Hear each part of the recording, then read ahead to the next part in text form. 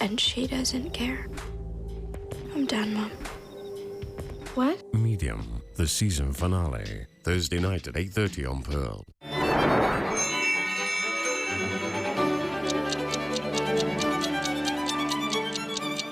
Royalties have always admired Breguet watches. One loyal patron to the luxury brand is French Queen Marie Antoinette. In 2005, Breguet's late chairman, Angie Hayek, challenged himself to remake the famous Queen Marie Antoinette's pocket watch. During this time, the Queen's favorite oak tree in Le Petit Trianon was about to be struck down in Versailles. Hayek decided to extend its life by fashioning a presentation case to hold the second Marie Antoinette watch. Versailles offered the tree to Breguet, who then committed to the restoration of Le Petit Trianon in memory of the Queen. In 2008, Breguet completed the number 1160 Queen Marie Antoinette pocket watch, and Le Petit Trianon was restored and opened to the public. For you Kung Fu fans out there, how Bruce Lee changed the world, coming up next. Perfect illumination. Perfect relaxation. And the ultimate status symbol on land. And in the air. All this and more on the next Dolce Vita, Thursday night at 9:30 on Pearl.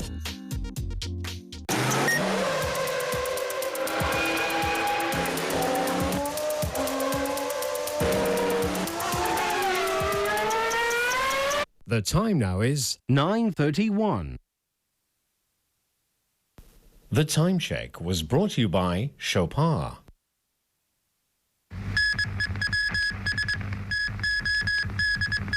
Good evening. British Prime Minister David Cameron says he regrets his decision to hire former News of the World editor who is caught up in the phone hacking and bribery scandal that is sweeping the country. Addressing MPs during an emergency session of Parliament today, Cameron said politicians had not done enough to pursue the case, but opposition lawmakers blamed Cameron for letting the crisis escalate. And Star Ferry has applied for higher fares for services between Tsim Sha Tsui and Central and Wan Chai. If approved, fares will go up starting January 1st, 2012. And the Mandatory Provident Fund Schemes Authority has unveiled plans to allow employees to withdraw their MPF contributions early. The authority is also working on ways to reduce management fees in the long run. And Marketplace is in 1 hour.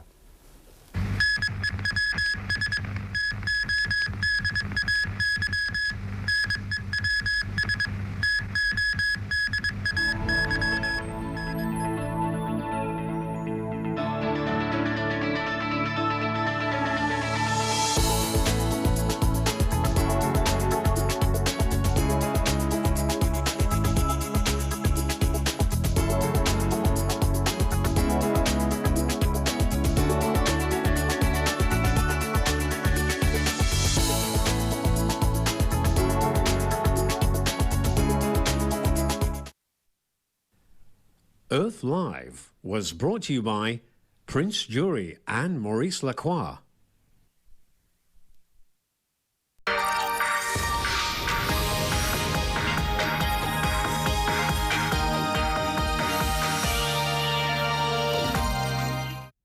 Swipe Disinfectant Floor Cleaner presents How Bruce Lee Changed the World. Is sponsored by Swipe Disinfectant Floor Cleaner. Parental guidance is suggested for the following program with occasional dangerous acts and violence. He's universally recognized as the king of martial arts movies after making only one Hollywood film. He died young, aged just 32, and went on to become the biggest movie star in history. And he influenced popular culture more than anyone, before or since.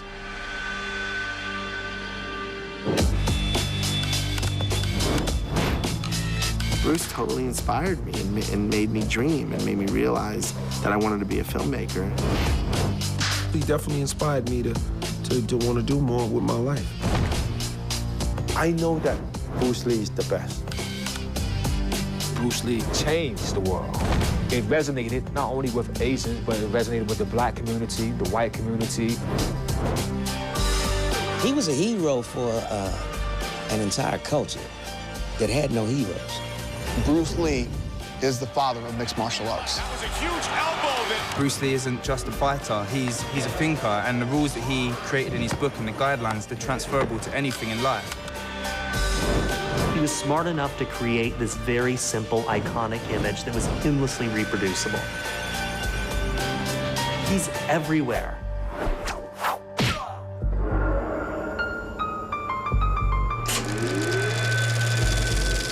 We need emotional content.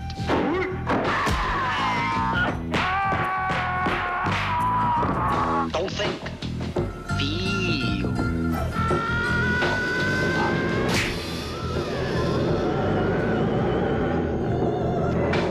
That's it.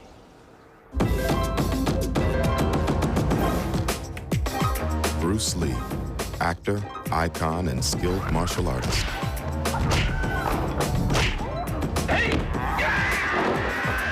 A man able to perform superhuman feats that have yet to be equaled, such as a two-fingered push-up and a lethal blow called the one-inch punch.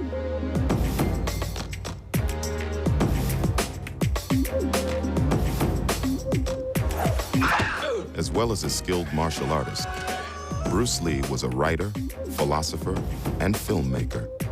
He was the first person to use his phenomenal kung fu skills on screen without the aid of special effects. Bruce Lee totally revolutionized the way unarmed combat would be presented on screen.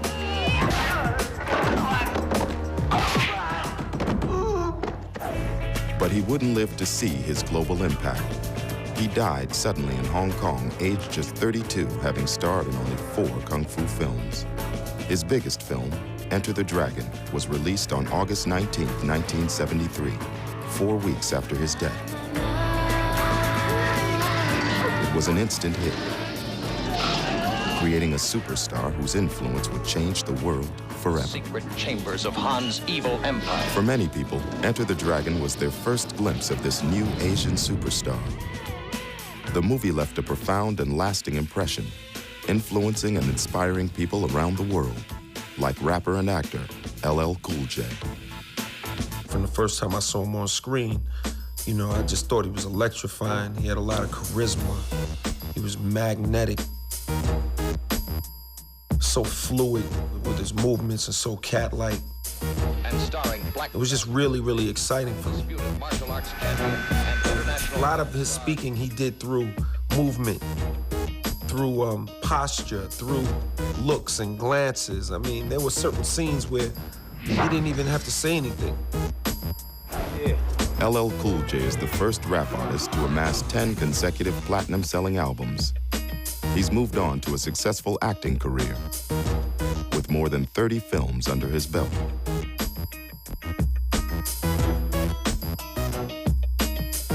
Bruce Lee influenced me because Bruce Lee made me want to make movies. He was a powerful human being, and you know, that inner power, I think, resonated. It jumped off the screen and touched you personally. It's not just actors Bruce Lee has inspired. His influence can be felt in people from all walks of life. Anybody who came into the martial arts film world, whether they admit it or not, Bruce Lee was a prime influence. More interesting is the way that people in other areas of popular culture, the rappers, the musicians, the filmmakers, directors, cinematographers, they all have been influenced by Bruce Lee. Hollywood film director Brett Ratner cites Bruce Lee as his biggest influence. He's directed 8 feature films, grossing over $1.5 billion, and is best known for the Rush Hour trilogy, starring Jackie Chan and Chris Tucker. The first Bruce Lee film I saw was Enter the Dragon, and I became obsessed with it. I think I've watched it more than any other movie I've ever watched in my entire life, and it just completely blew me away. He had such a unique persona and such a unique style and individuality that he made fighting entertaining. He made it fun. He made it dramatic. He made it emotional. Actor Eddie Griffin's first experience of Bruce Lee was watching his second film, Fist of Fury, also known as The Chinese Connection.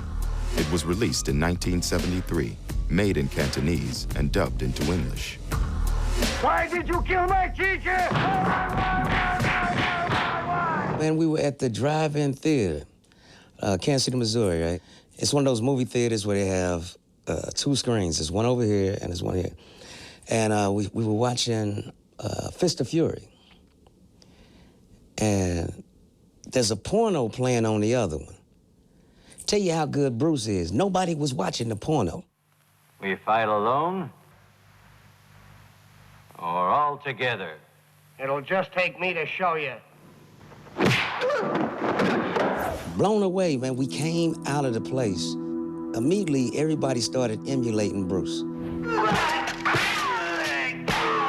Throwing kicks at your little brother, you know, at your big brother, you know. And been hooked on that dude ever since.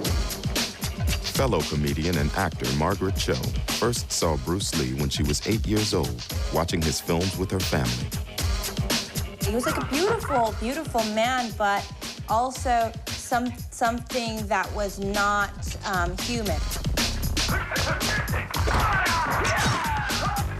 I think his influence for me personally was really huge, and watching him as a child made me see, or gave me the notion that I could do whatever I wanted. I don't know like how I got the idea that I could be a comedian and be in movies and be in TV. I just don't know, but I realized it was because of Bruce Lee. So I feel like I have an eternal debt to him that I've got to fight somehow. And many did just that, going on to become champions in their own field. Sugar Ray Leonard is widely regarded as one of the best fighters of his generation, earning an unprecedented 6 world championship titles in 5 weight classes. I've told people all over the world that Bruce Lee was one of my idols, mainly because of his mental stability, because of his fighting spirit, because it was more mental than just physical. What's more interesting is to meet people whom you would not imagine, like Carlos Santana, who you would not think was a Bruce Lee fanatic. And he came to Hong Kong, the first thing he said was, "Where's the Bruce Lee memorial? I want to go and pay respect to the spirit of Bruce Lee." So it's all pervasive, and I've encountered it again and again during my work. Athletes, actors, artists, and musicians all cite Bruce Lee as an influence. So how did a skinny kid called Lei Siu Lung rise from the back streets of Hong Kong to become the global icon known as Bruce Lee?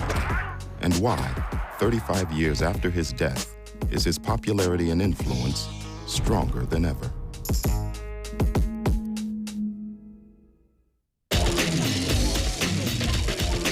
Water can flow or creep or drip or crash. Be water, my friend. Bruce Lee's philosophy has sparked an unusual following across European cities. This is free running, the art of expressing yourself physically as you move across urban spaces.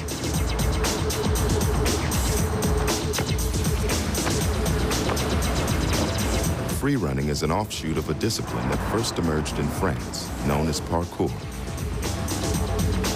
It took Bruce Lee's philosophy of developing instinctive movement and applied it to how a body can move across an urban space as freely and directly as possible. The ultimate goal with free running is to be fluid and to attain flow. Bruce Lee said that you must move like water to flow, to adapt to any given situation. So you never stop at obstacles, you just keep moving and find a way around them. Bruce Lee has been a big influence on parkour and freerunners because of his philosophy. These arts also have a philosophy. It's not just simple movement. There is actually a method to it, and there is like ways of intercepting the obstacles, ways of calculating, being sensitive to your environment, and ultimately altering your awareness so you become more in tune to yourself and your environment.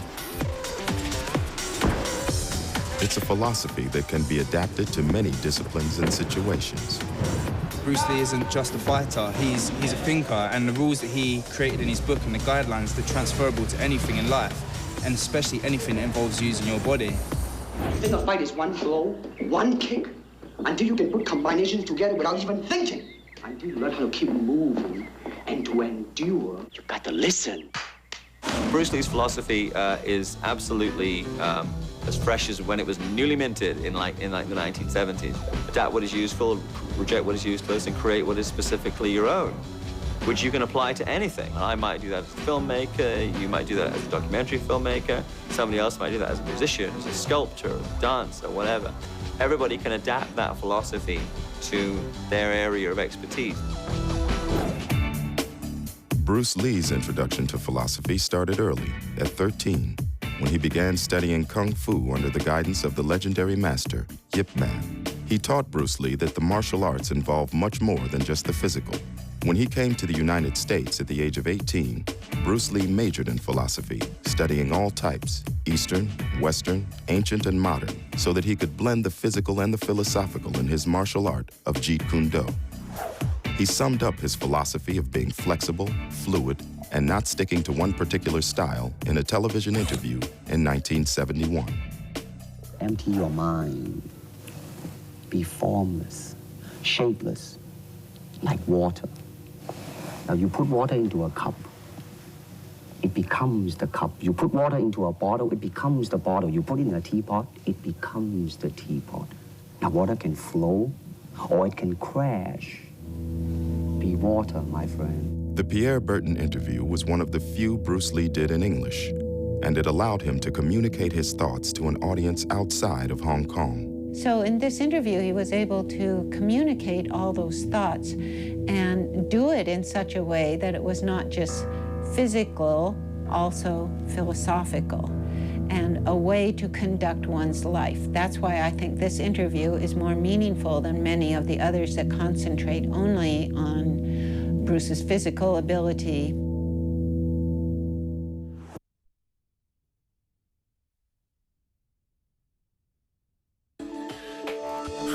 Premier 連續8年日本去斑美白 No.1 3重型亮白配方，前後擊退黑色素，讓你持久亮白動人。排気嬉しいプレミエール，日本で人気No.1。老婆啊，我哋聽日就飛啦，你記得幫我去倉度攞翻啲嘢喎。而家仲使乜入倉㗎？我哋一早就用咗 Yes Storage 啦，無論儲存抑或提取，一個電話啫，佢哋就上門搞掂晒。羅小姐，你嘅 Yes Storage 到咗啦。Yes 唔使入倉，自然多翻啲時間俾自己啦。Yes Storage Easy Come Easy Go。點啊？有冇見到我啲嘢啊？喂喂！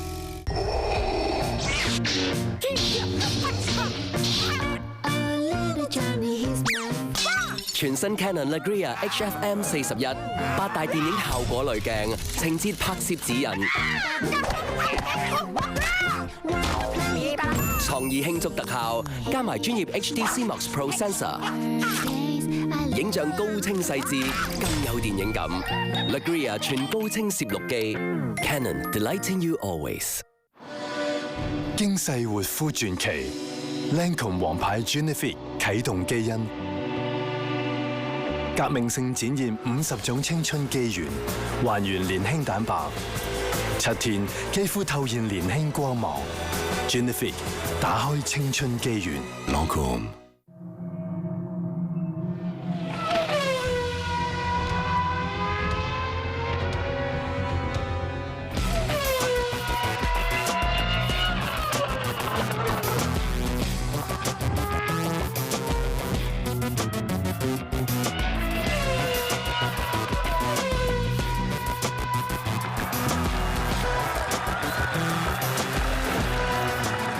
Satina, precisely you.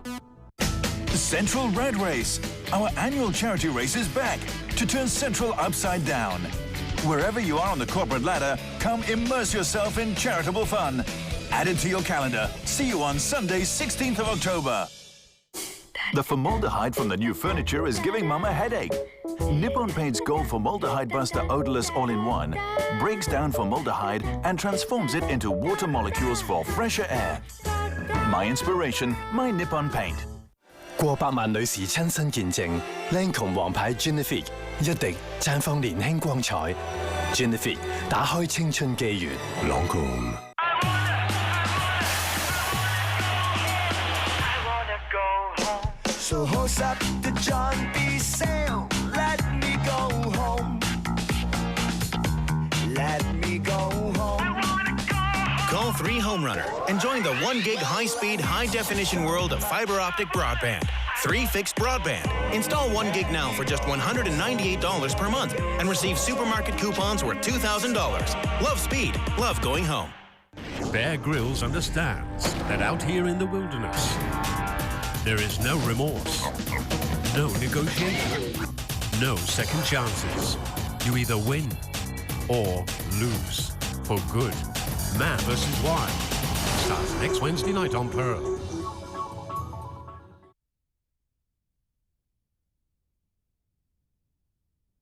His philosophies, his work ethic, his cultural kind of background, and to interpolate that into a kind of a cinematic world where it's believable. You have an actor who really believes this way of life. You know, he was the real thing. He compares Kung Fu to water, that Kung Fu has the continuity of movement, where, you know, it's constantly moving. Water, you cannot grab, right? And water can go through a solid, you know, can go through a rock. It's philosophical, but at the same time, simplistic. And it can be understood by a young child or a master.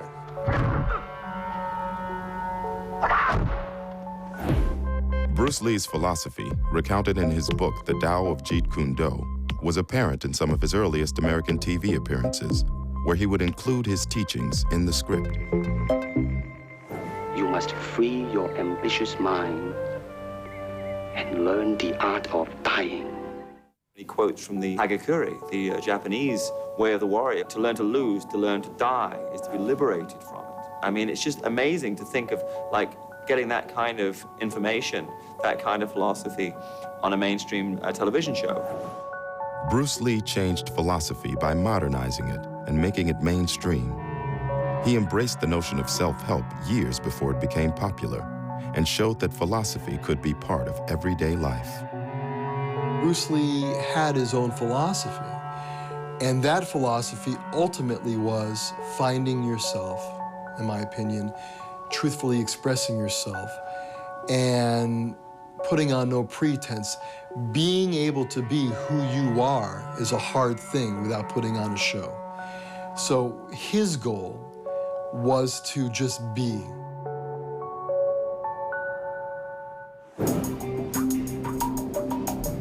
Bruce Lee's philosophy is still being picked up and taught by people around the world. Sifu Shi Yan-ming is a 34th generation Shaolin monk who defected from China to the US in 1992 and opened up a Shaolin temple in Manhattan. He teaches Chan philosophy, also known as action meditation. Tell you about Bruce Lee's philosophy. His philosophy was fantastic, just like I'm teaching, the Chan Buddhism, Chan, C-H-A-N, Buddhism, the philosophy, knowledge. Nothing can be everything. Everything can be nothing. Sifu Shi Yan-ming credits Bruce Lee as being the main influence on his life and believes that he should be recognized as one of the world's great philosophers. Bruce Lee was authentic martial artist. Also, he was the philosopher. If he wasn't great martial artist, he will be the greatest philosopher, without question.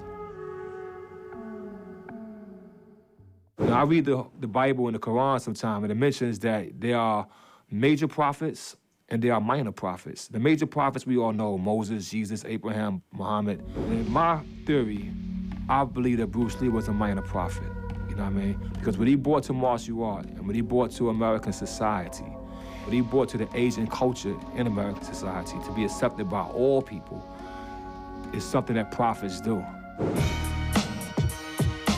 Bruce Lee's philosophy has been adopted by people in numerous fields.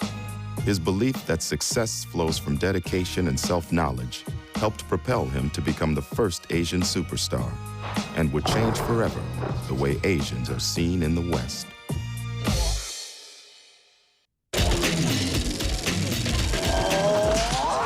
Bruce Lee exploded onto American cinema screens in August 1973 in Enter the Dragon.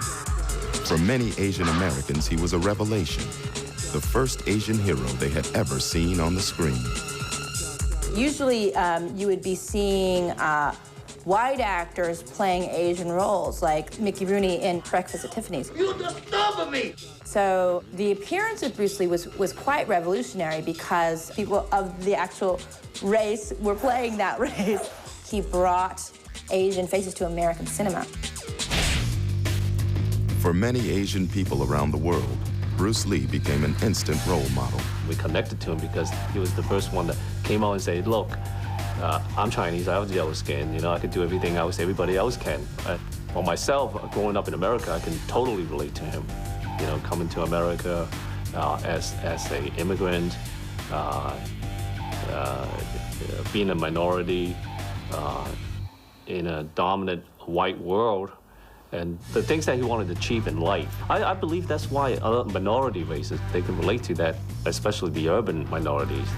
They can feel the same passion that Bruce Lee wanted to bring for his own race. Before Bruce Lee, the majority of Asian characters in Western films were limited to being evil masterminds like Fu Manchu, subservient laborers, or comic fools. Bruce Lee really changed the way Asian actors are seen in the West, and I think that's something you can give him a lot of credit for. For Chinese people around the world, and also for minorities around the world living anywhere where they're sort of oppressed, beaten down, have a crummy job. This was huge. This was someone with non-white skin who was not Caucasian. This was someone standing up and sticking up for themselves.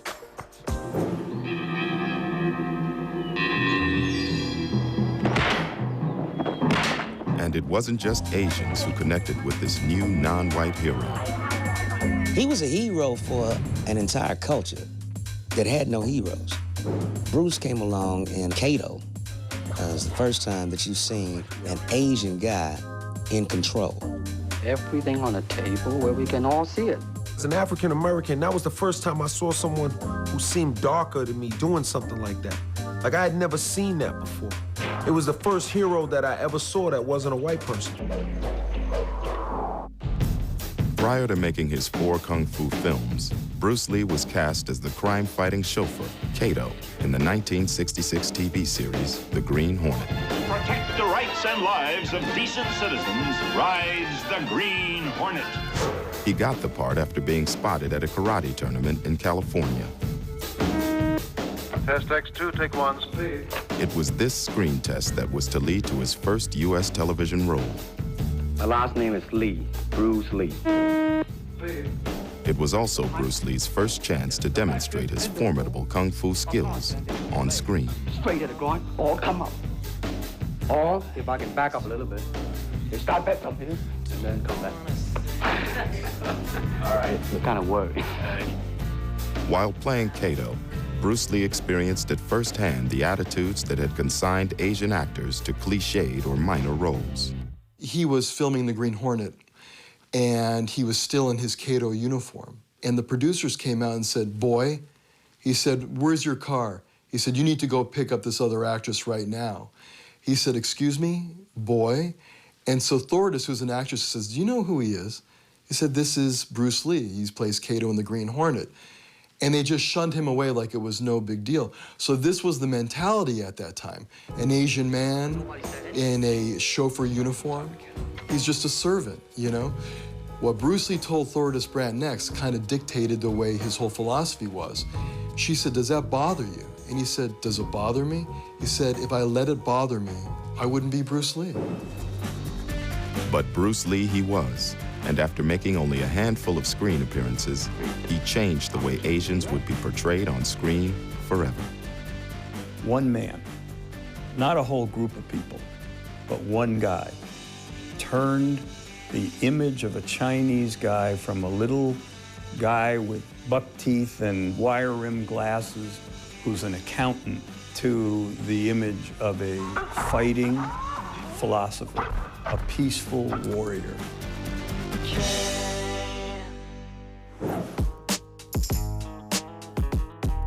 The film that propelled this fighting philosopher into the public's consciousness was Enter the Dragon. It was the 4th and last film Bruce Lee made, and the first co-production between a Hollywood and an Asian film company. Enter the Dragon is the movie that really put Bruce Lee on the world stage. And the reason for that is purely it's in English. A lot of people saw a Bruce Lee movie who otherwise would not have done so. But you look at the movie as a whole, the performances, the writing, the cinematography, everything is great about Enter the Dragon. And Bruce Lee's in a great movie. It's not just a haphazard picture with Bruce Lee elevating it. So a lot of the critics were wrong about Enter the Dragon, and over time, it's been reappraised as an extraordinary film, as it is. Enter the Dragon was also the first martial arts film with mass cultural appeal. Culturally, it spoke to everybody. You know, you had Jim Kelly in there representing African Americans. You had John Saxon representing Europeans. And you had Bruce representing Asia. So culturally, I mean, it was well-rounded. But an English-language martial arts film had never been made. So Bruce Lee and his Hollywood partners had no idea if anyone in the West would care. It was unique and very risky. It was a hugely stressful time for Bruce because he wanted so much for it to be a wonderful, fabulous entry for him into the American film market. He was very perfectionist about how he wanted the script to be and who he wanted to be in it and the choreography of the fight scenes and all that. So he was involved in every aspect of that film. Actor John Saxon had no idea of the film's impact until the premiere. I was in the back of a limo and peered out the window and I saw a line of people. And the car kept moving and I kept seeing that the line was extended and extended and extended. And finally, passing the block, I saw that it went down the street. And I said, what the hell's going on there? They said, that's your film. I said, my film? And it hit me. The film was a phenomenal success, taking in $3 million in the US in its first 7 weeks.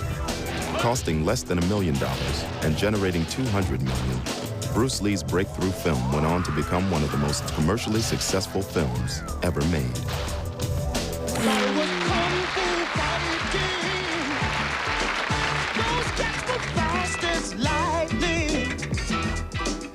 Enter the Dragon was not just a financial success. It also became a cultural phenomenon. When it opened in 1973, it started a craze for a new form of martial arts known as Kung Fu in Cantonese, but Kung Fu to everyone else. After Enter the Dragon, everybody wanted to be a Bruce Lee. And you had a martial arts studio opening up almost on every corner. On the East Coast, the West Coast, around the world, everybody wanted to be a Bruce Lee. They were seeking that. They wanted to be that. My wife's brother was opening up a martial arts gym in Knoxville, Tennessee. So I went there to talk. There were their mother's children with 5-year-olds and so on, bringing these 5-year-old girls as well to me. This is Mr. Saxon, he was in that, and I said, yes, that's right, that's right. Did your mother make you come here? What made you come here and do this? I saw Enter the Dragon.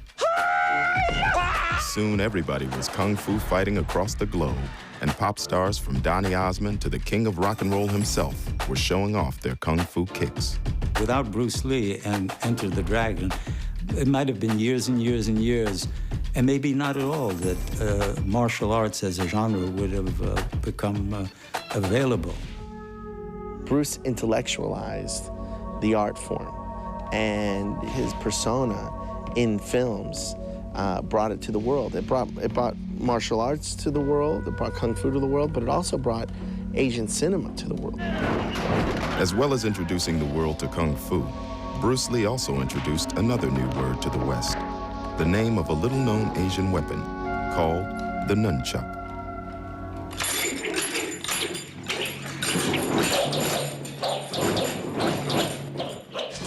His use of weaponry and his skill with the weaponry, I mean, you can see that the guy didn't, it wasn't tricks. It wasn't just, okay, camera tricks. Would probably spend hundreds and thousands of hours practicing with the nunchucks, you know, and he barely blinked. I mean, he was a master over the medium and over his artistry.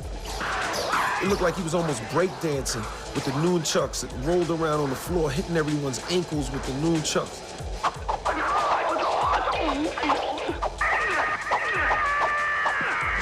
Bruce Lee was really ahead of his time in terms of figuring out how to create unique, iconic emblems or things that would be uniquely Bruce Lee. What he did was he chose as his signature weapon the Sungjiquan, the nunchaku. So as soon as you see that weapon, you think Bruce Lee. The kung fu Bruce Lee demonstrated on screen was all about realism, much like his own creation, known as Jeet Kune Do. It was a revolutionary approach to fighting that would change the world of martial arts forever.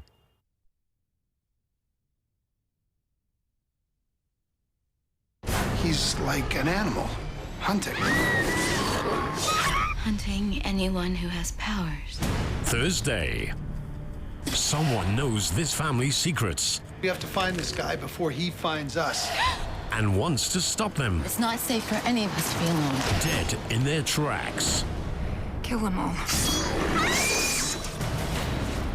No Ordinary Family. Thursday night at 10:35 on Pearl. This year, Hogwarts has been chosen to host a legendary event, the Tri-Wizard Tournament. his greatest test These contests are not for the faint-hearted. I didn't ask for this to happen. will become People die in this tournament. I'm not ready for this serious. You don't have a choice. his darkest hour. Cedric, we have to get back to the cup. What are you talking about? Harry Potter and the Goblet of Fire. Saturday night on Pearl. 玩水上運動最緊要安全，一下唔小心就可能造成意外，咪超速啊！要喺適當嘅區域玩適當嘅活動，周圍環境要睇清楚。所以你睇到我無論揸船、滑水定游水，都時刻顧及其他玩緊水上活動嘅人，咁就大家都開心啦！ My world, my take.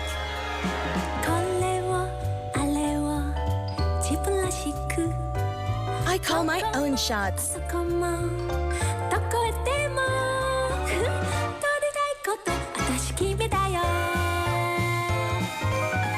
My way, as I like. Lumix GF3 system camera. Panasonic, ideas for life. 每個人心裏面都有一道陽光，陽光在心，服務在行。中國光大銀行。Kuka Home, the master sofa maker. 142 precise procedures turns each piece into an art. Owner of more than 300 design patents. With over 1,000 outlets around the world, in more than 186 countries and regions. Exceptional in every aspect. Kuka Home, the master sofa maker.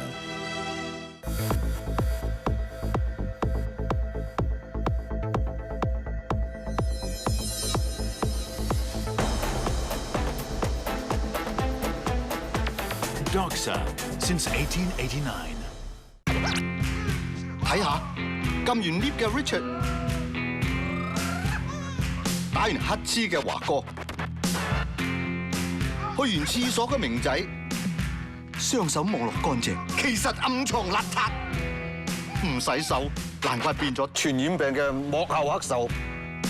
所以記住，經常用梘液洗手，用酒精搓手液都得㗎。勤洗手，咪做幕後黑手。 Cool Man Sam. He's standing there like a chef. Has a soft center. There's only one spot left. Is Sam. Junior Master Chef. Twice a week, starting Wednesday the 27th on Pearl's Summer Fun.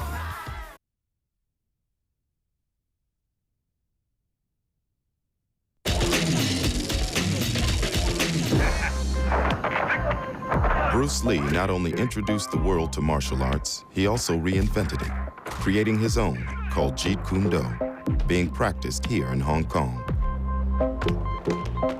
It's the forerunner of the mixed martial arts scene in UFC. Its key principles: simplicity, economy, and being as direct as possible. Jeet Kune Do is called the way of intercepting fists. Actually, Bruce Lee has explained his Jeet Kune Do as the art of fighting without fighting.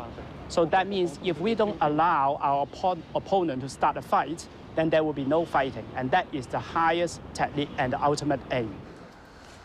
In a fight situation, Bruce Lee's ultimate aim was to take his opponent out before he had a chance to attack, using any means necessary.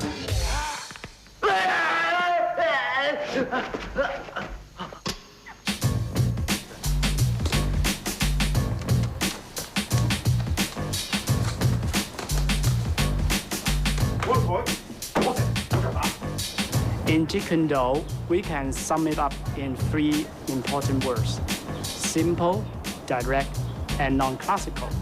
By simple, it means the techniques we go for simplicity. It's not adding on, but taking away. The less technique you have, the better you are. By direct, you don't go things here and there, but direct to the point. Non-classical, that means you don't follow the old ways of doing things. It's a simple concept, but the theory behind it took Bruce Lee many years to develop.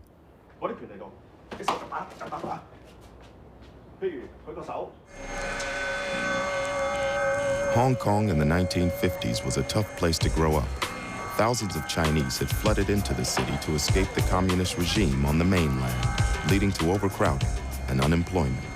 Youths would organize into gangs to protect themselves and their territory, and the young Bruce Lee was no exception. Despite coming from a relatively well-off family, the teenage Bruce Lee was often involved in gang fights. You have one clan against another clan. You have the Wing Chun clan against the Choi Le Foot clan. And there was a lot of battles in the streets. And, you know, Bruce was very sure of himself and knew he can handle himself. So, you know, the Gung Sao matches, which are the rooftop fighting matches, happened a lot, and Bruce was part of them. After getting beaten one time, Bruce Lee decided to learn a martial art that could be used in real-life situations. He began by learning Wing Chun, and by the time he arrived in Seattle in 1959, he was a competent teacher. Taki Kimura was one of Bruce Lee's first students and closest friends. This young man at 18 was a holy terror in terms of athleticism. I mean, he was all Hong Kong champion cha-cha dancer.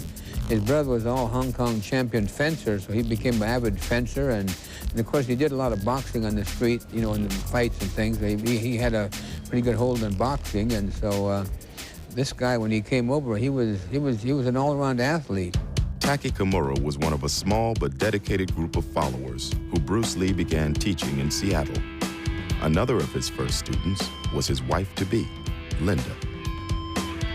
You would just pass through a doorway here, and it would go down the stairs into the basement, and it was just a plain room with concrete walls and swinging light bulb, and he had, maybe 10 or 12 students at the most at one time in a class. In 1966, the couple moved to Los Angeles for Bruce to start work on the Green Hornet. He opened up a gym in Oakland and also began teaching private students, including actors Steve McQueen and James Coburn. It was during this period that he began mixing different fighting styles to develop his own martial art of Jeet Kune Do. He was frustrated by the limits of traditional martial arts. So if you did karate, you didn't do any ground fighting, or you didn't do any throws. If you did judo, you didn't do any punching or kicking. You know, if you did kung fu, you had to stand a certain way and strike a certain way and do set combinations of moves. And he thought all of that was just getting in the way and being impractical. You had to be adaptable because fighting could go anywhere. Fighting wasn't contained by rules. If someone was going to attack you, who knew what they'd do? So you had to be ready for anything. So that was quite a revolutionary way of thinking. Since creating Jeet Kune Do, Bruce Lee's martial art has spread as far afield as Scotland. This is Glasgow, one of the most violent cities in Europe. More people die of assaults here than almost any other European city. Tommy Carruthers is a former club doorman who turned to Bruce Lee's Jeet Kune Do to protect himself from violent attack. I would say the preferred weapon in Glasgow would be the knife. There's more stabbings here than anything else.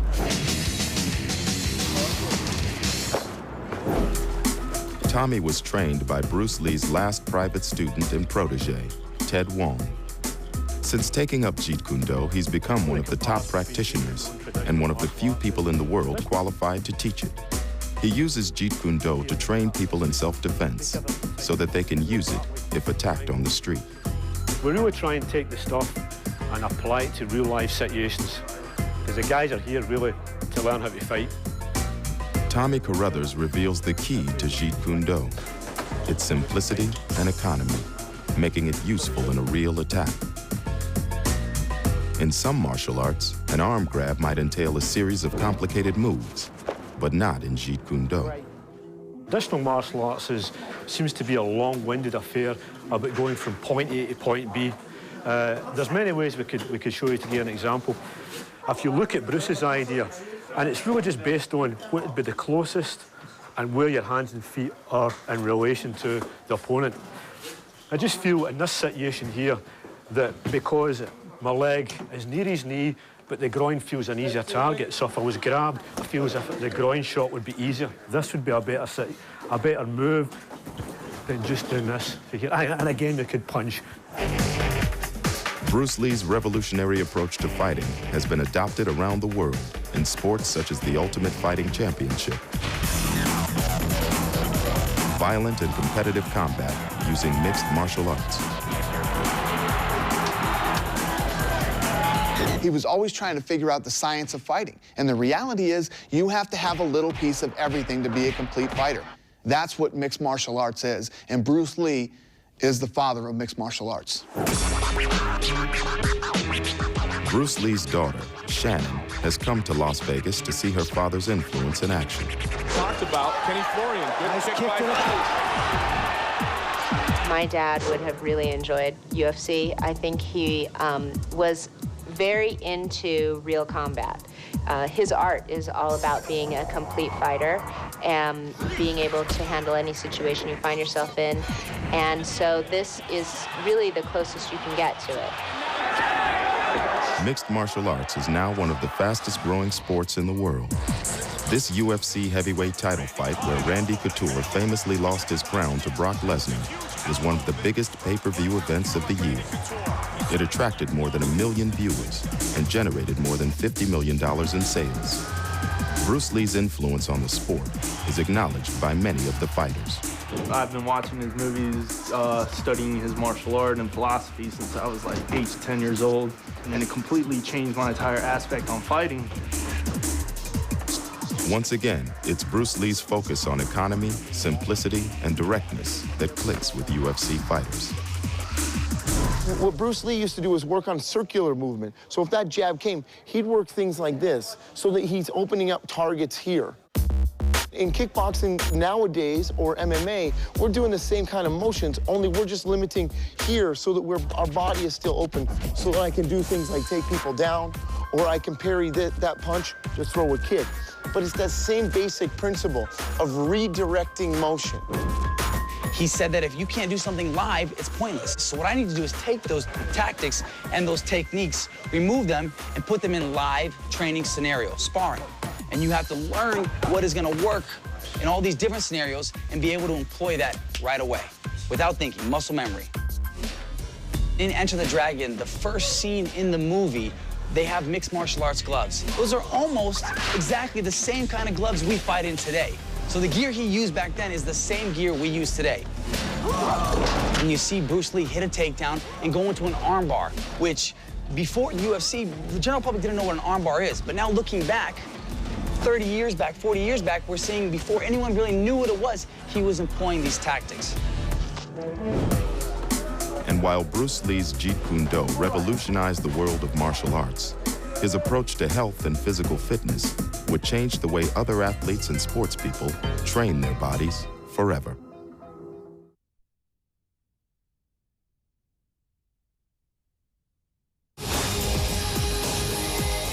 Sorry about this, Stevie. It really is the end of the world. What happened to it? Desert must have taken it back. Go, go, go! Oh. Resident Evil Extinction, Sunday night on Pearl.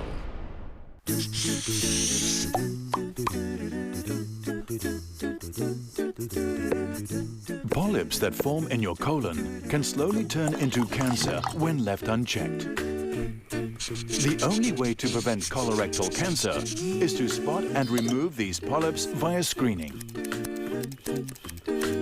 If you are over 50, it's time to get checked. Don't wait till it's too late. 你做咩啊？飲水咯。你有冇常識㗎？有冇煲過嘅溪水？飲呢支啦。根據我嘅常識，呢樽水都係冇煲過㗎。冇煲過？飲水要揀經過多重過濾，仲要用高溫105度蒸餾過，用屈臣氏蒸餾水就啱啦。呢款加咗礦物質，都係蒸餾水嚟㗎。清純令你安心，屈臣氏蒸餾水。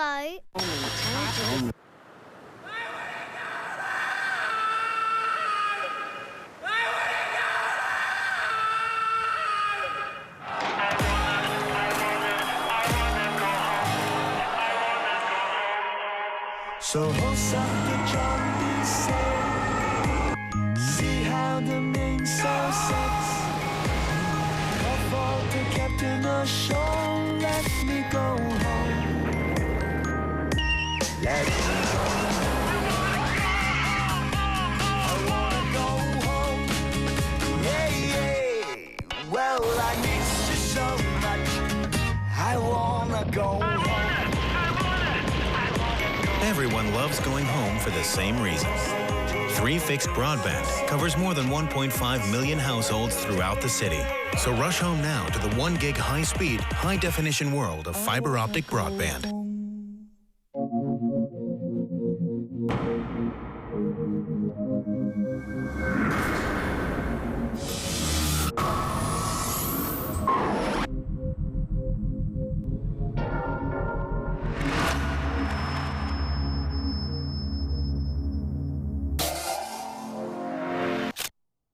心態決定境界。全球至快 Pen 相機 EP3 Olympus。喺恒生，我哋致力做到以客為本，為客戶嘅利益着想，有時都要對佢哋 say no。恒生嘅員工幾時都會喺你嘅角度幫你諗多步。用心為你服務，令你嘅財富增值，係我哋最大嘅原動力，亦令我哋連續11年榮獲香港最佳本地銀行大獎同各大獎項。恒生理財倉庫專注為你。Bear Grylls understands that out here in the wilderness, there is no remorse, no negotiation, no second chances. You either win or lose for good. Man vs. Wild starts next Wednesday night on Pearl. And for a summary of all the day's top stories, don't forget to tune in for tonight's news at 11:45. The above information was brought to you by Jacob & Co. Since 1986, exclusively a masterpiece by King Folk.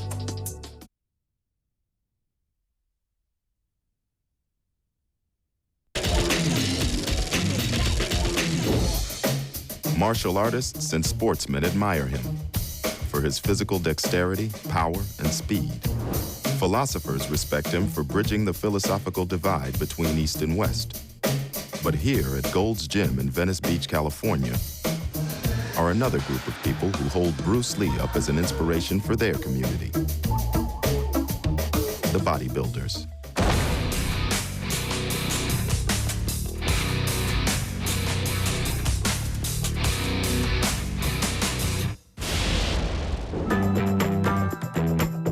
Gold's Gym is the mecca of bodybuilding.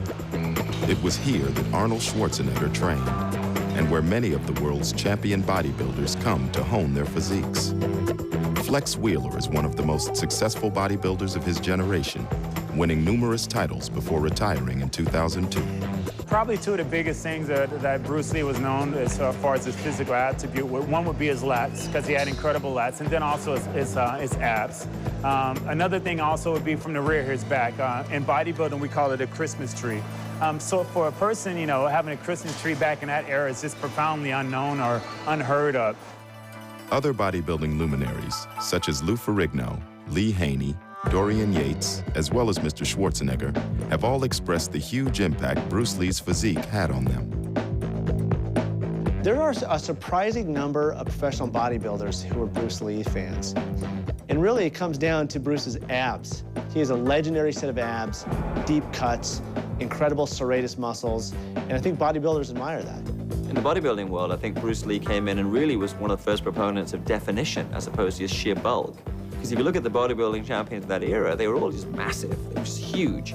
And there was him who really came in and said symmetry, definition, you know, getting cut was the big thing. But that was the first time, it was really with Bruce Lee, that became something to aspire to.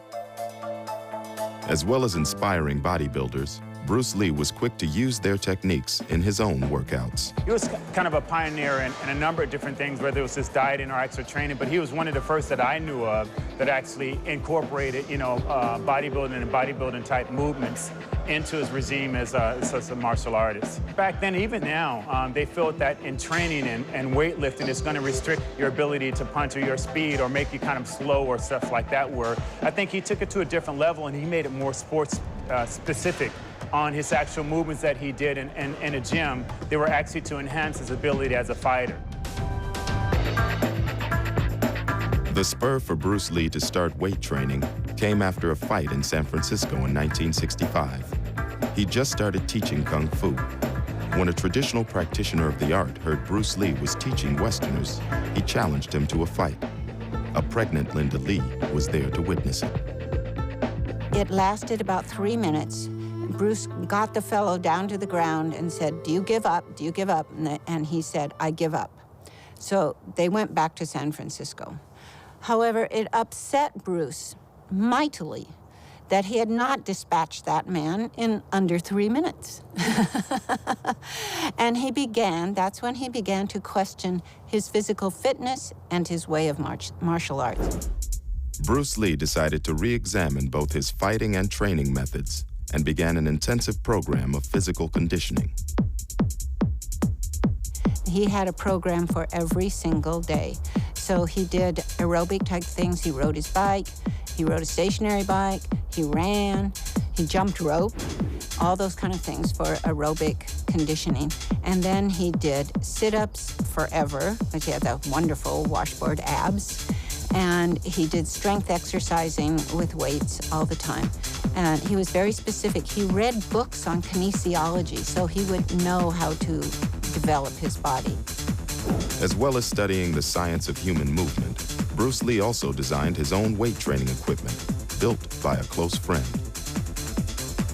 George Lee made a couple things for him that were specifically to develop grip strength and the size of Bruce's forearm. Bruce thought that led to an increase in punching power. But one was a grip that you clench your fist open and shut to work your forearm muscles. It's actually a lot like the stuff you see in sporting goods stores now. Bruce Lee's training regimen helped him reach high levels of stamina, speed, and agility. It allowed him to perform feats of superhuman strength, such as a 2-fingered push-up, seen here in rare archive footage from a karate tournament in 1967. He also perfected a super-fast and powerful blow, known as the 1-inch punch. This guy was probably the fastest person I've ever seen. And he had that strength. I mean, the 1-inch punch, for instance, he would knock you clear across the room. Lee's speed was legendary. Even when slowed down to a quarter speed, his strike is still hard to capture on camera. He could stand 5 feet away from you, leap in there and tap you on your face and be back here standing before you could move, before you could intercept it. And then every time they'd say, well, wait a minute, I wasn't ready, do it again. And he'd do it about 2 more times, and they'd say, oh, hell, you know, I can't put up with that, you know. I think a lot of the speed and timing that Bruce Lee had was From the conditioning and strength and the way his body worked, he was very, very concerned with his fast twitch muscle. That 1-inch punch that he developed, one of the fastest strikes and still used today, and that transfers over, obviously, into the boxing side. This ability to pack a punch has been acknowledged by some of the world's best boxers. That was the most amazing thing about Bruce, was the fact that he could generate so much speed and velocity in his punches. Short punches that he used his body and the type of leverage he was able to gain because he understood the mechanics of the body. Bruce Lee didn't just confine himself to exercising his muscles. He was also concerned with the fuel he was putting into his body. He began experimenting with high